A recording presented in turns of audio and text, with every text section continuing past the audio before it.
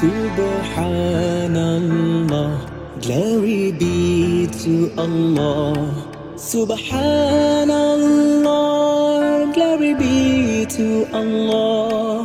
Subhanallah, Subhanallah, Subhanallah, Subhanallah, Subhanallah, glory be to Allah. বিসমিল্লাহিররহমানিররহিম। সুপ্রিয় দর্শক, আসসালামু আলাইকুম। আধুনিক কৃষি টিভি ইউটিউব চ্যানেলের পক্ষ থেকে আপনাদের সবাইকে স্বাগত জানাচ্ছি। আমি রিয়াজ আহমেদ তোফাজ্জল। আশা করি আপনারা সকলেই ভালো আছেন। দেশ ও দেশের বাইরে থেকে যে যেখান থেকে বসে আমাদের এই প্রতিবেদনটি দেখতেছেন, আপনাদের সকলের দীর্ঘ এবং সুস্বাস্থ্য কামনা করে শুরু করছি নতুন একটি প্রতিবেদন। দর্শক বন্ধুরা, আমি যে জায়গাটার মধ্যে দাঁড়িয়ে রয়েছি এটা হচ্ছে প্রবাস বন্ধু পোল্ট্রি ফিড উচ্ছিলে। আসলে জানার চেষ্টা করব তিনি এই এত বড় খামারটা তিনি কিভাবে। তো দর্শক বন্ধুরা দেখতেছেন যে আমার পিছনে রয়েছে একটা বিশাল একটি হ্যাচারি। তো এই বিশাল হ্যাচারির মালিকটা হচ্ছেন রিফাত ভাই। তো রিফাত ভাইয়ের কাছে আমি আজ রিফাত ভাইয়ের কাছ থেকে আমি আপনাদেরকে জানানোর চেষ্টা করব যে 1000 মুরগি লালন পালন করতে গেলে কত টাকা খরচ হবে, আর প্রতি মাসে আপনারা কত টাকা এই মুরগি থেকে লাভ করতে পারবেন, আর মুরগি লালন পালন করতে গেলে কি কি সমস্যায় পড়তে হয়, আর কীভাবে লালন পালন করলে আপনারা সফল হতে পারবেন, আর রিফাত ভাই কীভাবে সফল হয়েছেন সেই সফলতার গল্পটা আমি আপনাদের মাঝে তুলে ধরবো। তাহলে চলুন দর্শক, আমরা রিফাত ভাইয়ের সাথে কথা বলে বিস্তারিত জানাই আপনাদেরকে। আর বিস্তারিত জানানোর জন্য আপনাদের সাথে থাকবো আমি রিয়াজ আহমেদ তোফাজ্জল। আশা করি আপনারা আমার সাথেই থাকবেন। তাহলে চলেন দর্শক, আমরা খামারি ভাইয়ের সাথে কথা বলে বিস্তারিত জানার চেষ্টা করি।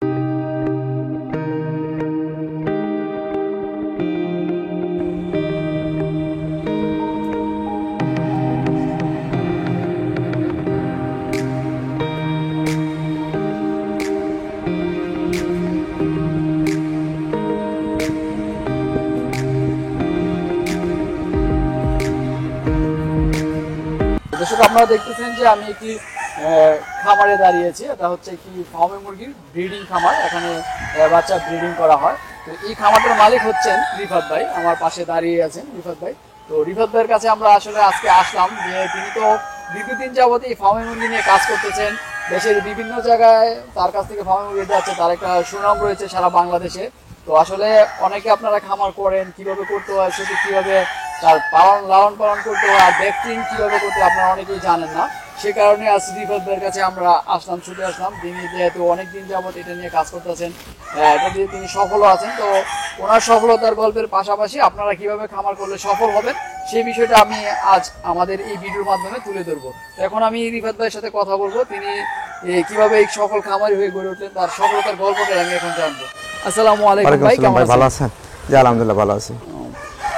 অনেকদিন ধরে আসবো বলা হয়, কিন্তু আসা হয় না। আজ আপনার কাছে চলে আসলাম। আসলে আমি তো অনেক ফার্মি মুরগি নিয়ে ভিডিও করছি, প্রতিবেদন করতেছি, এটা ছোট ছোট খামার। তো আপনার এখানে এসে দেখলাম বিশাল একটা জায়গা জুড়ে অনেক বড় একটা খামার আপনি গড়ে তুলেছেন।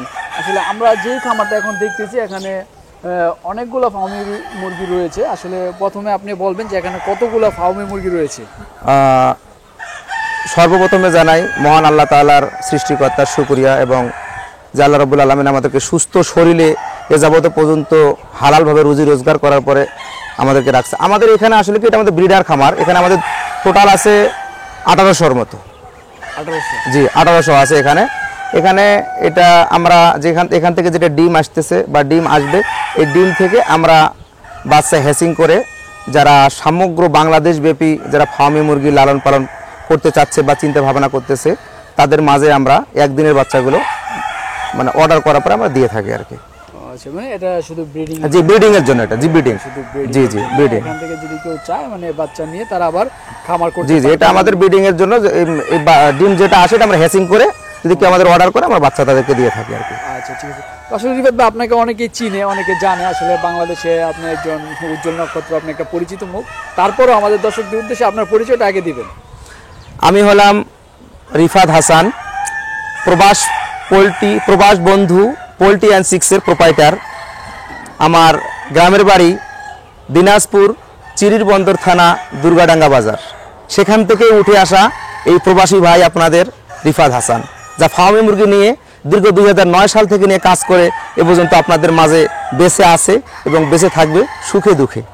আচ্ছা, ধন্যবাদ রিফাত ভাই আপনাকে, আপনি আপনার পরিচয়টা সুন্দরভাবে তুলে ধরার জন্য। আর আপনি প্রবাস বন্ধু পোল্ট্রি ফিট অ্যান্ড চিকেন নাম দিয়েছেন, নামটা দেওয়ার কারণটা কি? নামটা দেওয়ার একটাই কারণ, আমি এক সময় কওমি মাদ্রাসায় লেখাপড়া করার পরে দাওরা হাদিস কমপ্লিট করার পরে আমি ইফতা বিভাগে পড়ছি, পড়ার পরে রুজি রোজগার করার জন্য আমি আবুধাবির জমিনে পাড়ি জমাই।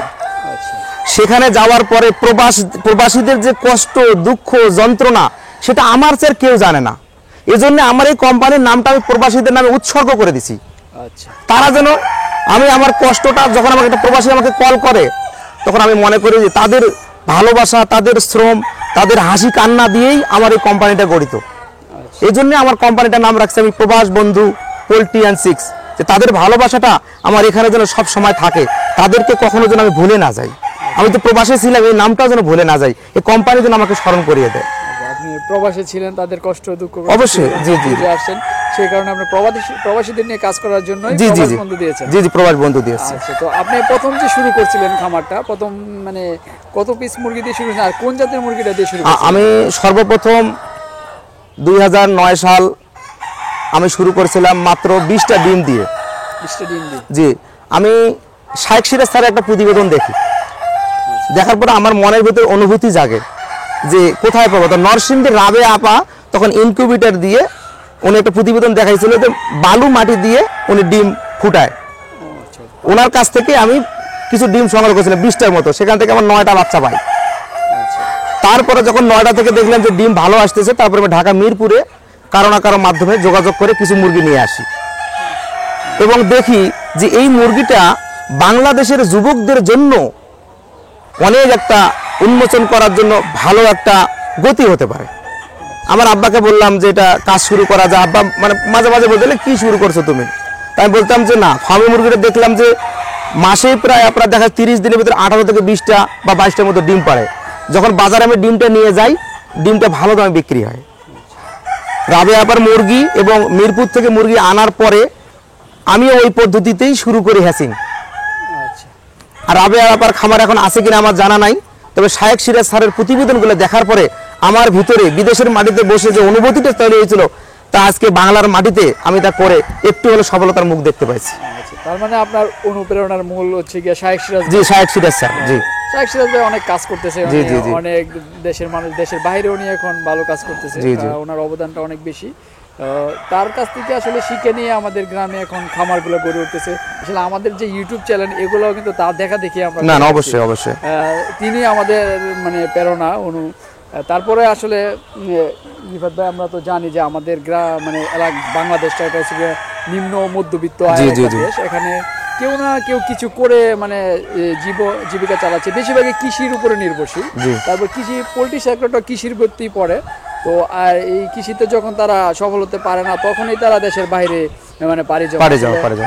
এখন যদি তারা এই খামারটা করে, তো খামারটা করে তারা কতটা সফল হতে পারবে?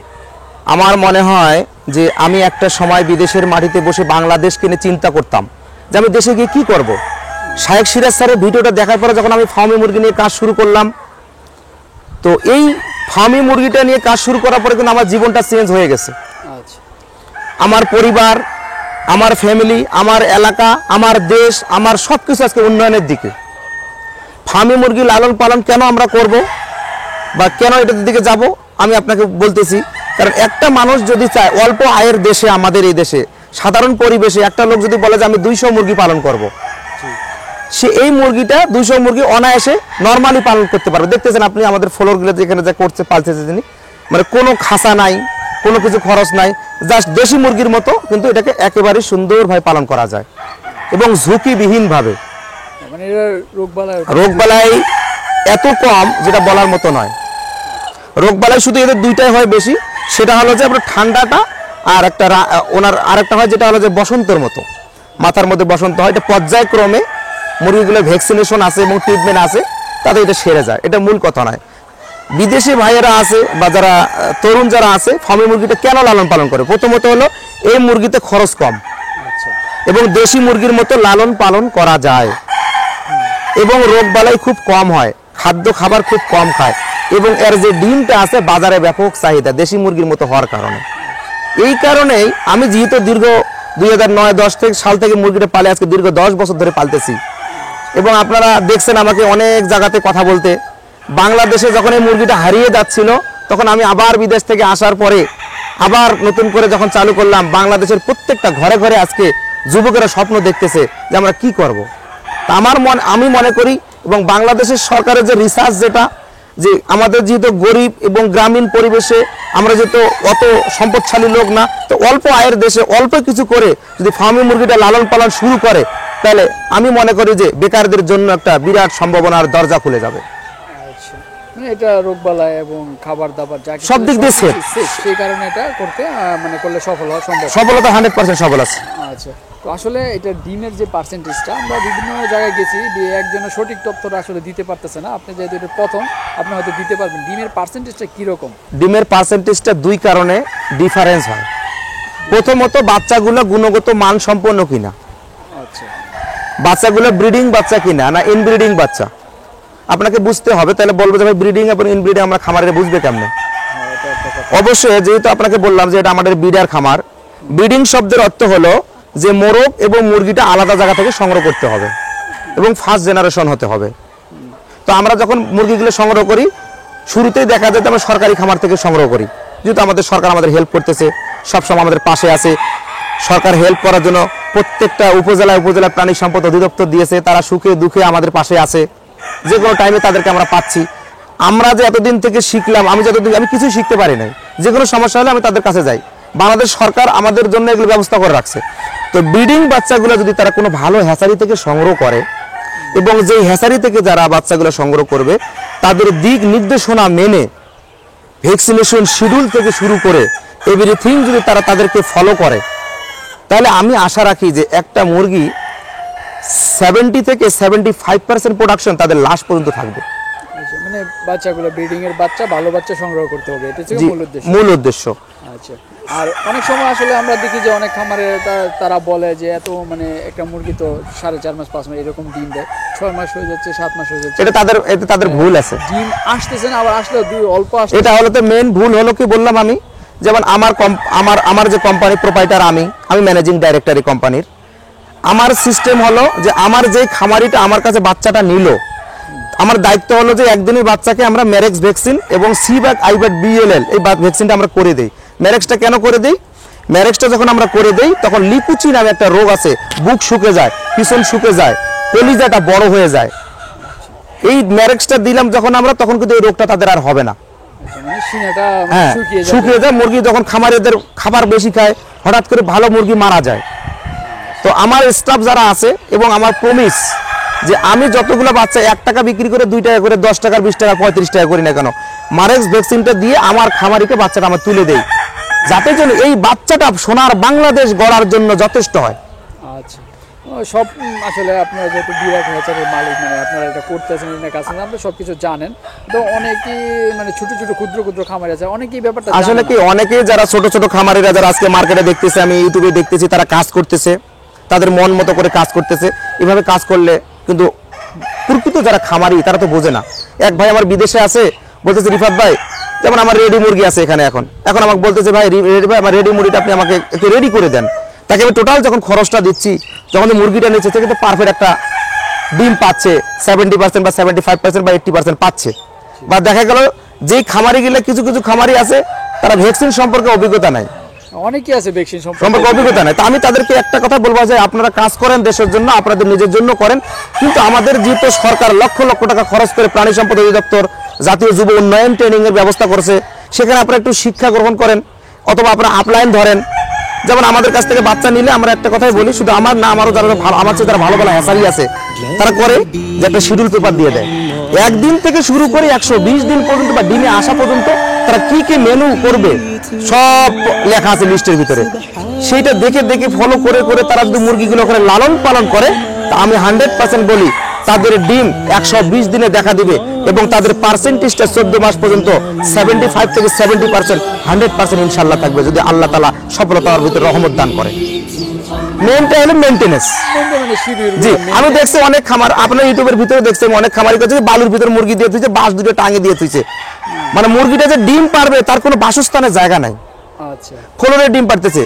অস্বাস্থ্যকর পরিস্থিতিতে আপনি যদি ভাত খাওয়ার পরে প্লেটটা না ধৌত করে আবার ওটাতে খান, আপনার শরীর খারাপ হয়ে যাবে। তদ্রূপ ভাবে মুরগিটা আপনি যে বেটে রাখতেছেন অবশ্যই সুন্দর পরিষ্কার পরিচ্ছন্ন ভাবে তাকে রাখতে হবে। তাহলে আমি আশা করি যে মুরগি থেকে ভালো পার্সেন্টেজ পাবে এবং ভালো একটা ফল পাবে, তার ফ্যামিলি ভালো চলবে, দেশও এগিয়ে যাবে। আচ্ছা, এক ভালো ফল পাবে যেহেতু আপনি বললেন। আসলে 1000 মুরগি লালন পালন করলে এটা লাভ লসটা কিরকম হবে আর খরচটা কিরকম হবে? 1000 মুরগির লালন পালনের ক্ষেত্রে বাচ্চার দামটা যেহেতু বিভিন্ন রেটে বিভিন্নভাবে হয়, এখন বর্তমান শীতকাল সময়, এখন বাচ্চা হাইয়ের 20 টাকা 22 টাকা বিক্রি হচ্ছে একদিনের বাচ্চা। একদিনের বাচ্চা থেকে শুরু করে নিয়ে ভ্যাকসিনেশন খরচ পর্যন্ত, একটা মুরগির ডিমে আসা পর্যন্ত আপনার 6.5 কেজি 7 কেজি খাবার খাবে। তো আপনার 7 কেজি খাবার 30 টাকা 35 টাকা কেজি ধরেন, 35 টাকা করে যদি আমরা দিই তো 5-30 আমার কত হচ্ছে 7 কেজির দাম, এটা হিসাব করলে দেখা যায় মোটামুটি আপনার ভ্যাকসিন খরচ থেকে শুরু করে সব কিছু মিলে 380 থেকে 400 টাকার ভিতর কভার হয়ে যাবে ডিম পাড়া পর্যন্ত। জি, ডিম পাড়া পর্যন্ত। আচ্ছা, ডিম পাড়া পর্যন্ত।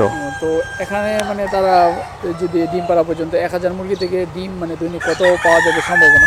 এখানে আরেকটা জিনিস আছে মজার বিষয়, আমরা যেমন আমার খামারিকে বলে ভাই আপনি খাবার কেন কোম্পানির খাবার খিলাবেন, প্রবাস বন্ধু পোল্ট্রি অ্যান্ড সিক্স আপনাকে দিচ্ছে কি সঙ্গে সঙ্গে খাবার বানানোর জন্য একটা ম্যানুয়াল, কিভাবে খাবার তৈরি করতে হবে। আমার চিরির বন্দরের যে ইউলো সাহেব ছিল, সাইদ আকন্দ সাহেব, এবং আমাদের আরও অনেকজন আছে, উনি আমাদেরকে সহযোগিতা করছিল অনেক। উনি আমাকে প্রায় 3 বছর আগে একটা লিস্ট দিছিল যে তুমি যদি হাঁসের লিস্ট দিছিল, তারপর আমি বলছি স্যার একটা মুরগির লিস্টটা আমাকে দেন, এভাবে দিছিল। তারপরে আমি হাজী দানেশ প্রযুক্তি বিশ্ববিদ্যালয় আপনি হয়তো জানবেন, ভেটারিনারি যে বড় বড় সার্জন আছে তাদের সাথে আমাদের যোগাযোগ আছে, স্যারেরা আমাদের একটা লিস্ট করে দিচ্ছে যে খাবার বানানোর জন্য। তো এই খাবারের যে ম্যানুয়ালটা আমরা খামারিদেরকে দিচ্ছি, তারা ওইটা গম, ভুট্টা, লাইসিন, মিথোনিন সব আলাদা আলাদা করে তৈরি করে খাবারটা যখন বানাচ্ছে তখন 27 থেকে 28 টাকা কেজি পড়তেছে। সবকটা উপাদান কিন্তু আবার মানে সব জায়গায় পাওয়া যায় না। না না, এটা অবশ্যই এটা খুব একটা গুরুত্বপূর্ণ কথা বলছেন, যেমন সব জায়গায় পাওয়া যায় না, কিন্তু ঢাকামুখী। আবার আমাকে অনেকে খামারিরা বলে যে রিফাত ভাই আমি তো জিনিসটা পাচ্ছি না, তখন আমি বলি যে ভাই একটা কাজ কোম্পানির নাম্বার ডাইরেক্ট দিয়ে দেই, যারা মার্কেটিংয়ে কাজ করে ওদের নাম্বার দিয়ে দিই, ওদের সঙ্গে যোগাযোগ করে আবার ওদের সঙ্গে নিয়ে ওরা মালটা নিয়ে যায়। বিশেষ করে আমার কুমিল্লাতে প্রায় 4000-এর উপর খামারি আছে। কুমিল্লাতেই কুমিল্লা দেবিদ্যা, কুমিল্লা আপনার হচ্ছে আপনার হচ্ছে এই যে গৌরীপুর, তারপরে কুমিল্লা আছে আপনার চান্দিনা, এই দিক থেকে বিভিন্ন খামারি। আমার টাইগার খামারি আছে, আমার তো প্রোডাক্ট একটা না, টাইগার আছে, ফার্মি আছে, আড়াইয়ার, বিভিন্ন মিলে খামারি। তবে বাংলাদেশে এখন আমার প্রায় খামারি 10,000-এর উপরে, আল্লাহ তাআলার রহমতে ইনশাল্লাহ। আমার এই দীর্ঘদিনের কাজ করা প্রায় আমার খামারিগুলা বলে যে ভাই এখন মোটামুটি ভালো আছি। তো আপনি যদি জিজ্ঞেস করলেন যে 1000 মুরগিতে আমরা কতটুকু মানে বেনিফিট করতে পারবো, 400 বা 380 টাকা দিয়ে যখন আমার মুরগিটা পারফেক্ট ডিমে চলে আসলো পার ডে, তখন আমার মুরগিটা খাবে 90 থেকে 100 গ্রাম খাবার খাবে। 90 থেকে 100 গ্রাম খাবার। জি, আমার মুরগি যদি আমাকে 70% বা 65%ও ডিম দেয়, 1000 মুরগি থেকে আমি 650 ডিম পাবো। যদি আমি বাজারজাত সর্বনিম্ন 8 টাকাও বিক্রি করি, তারপর পার ডে একটা মুরগি থেকে আমার 2 টাকা লাভ হবে। একটা থেকে 2 টাকা। জি, সর্বক্ষেত্রে আমি হিসাব করে দেখছি আমার খামারিরা বেশি দামে ডিম বেচতেছে। ওরা বলতেছে রিফাত আমি 12 টাকা বেচতেছি, কেউ বলতেছে 10 টাকা বেচতেছি, পাইকারি 9.5 টাকা বেচতেছি।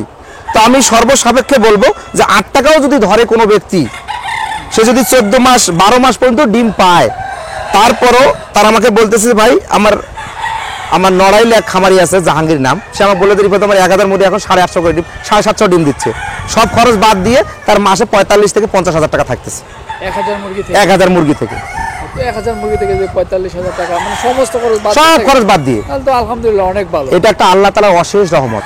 কেন দামটা, আপনি লেয়ারের ডিম 6 টাকা, এটা আমার 8 টাকা।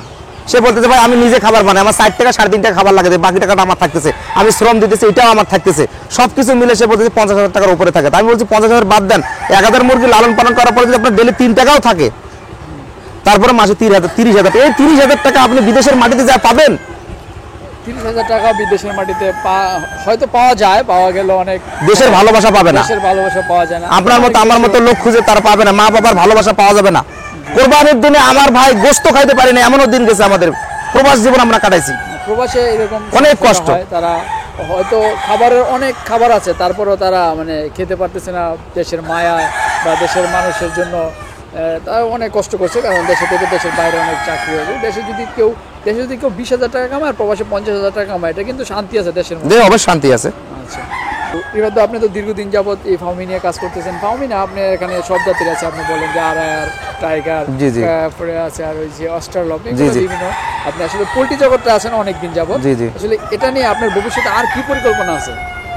আমার ভবিষ্যৎ পরিকল্পনা, করব খামার গর্ব দেশ, এই আমার সোনার বাংলাদেশ।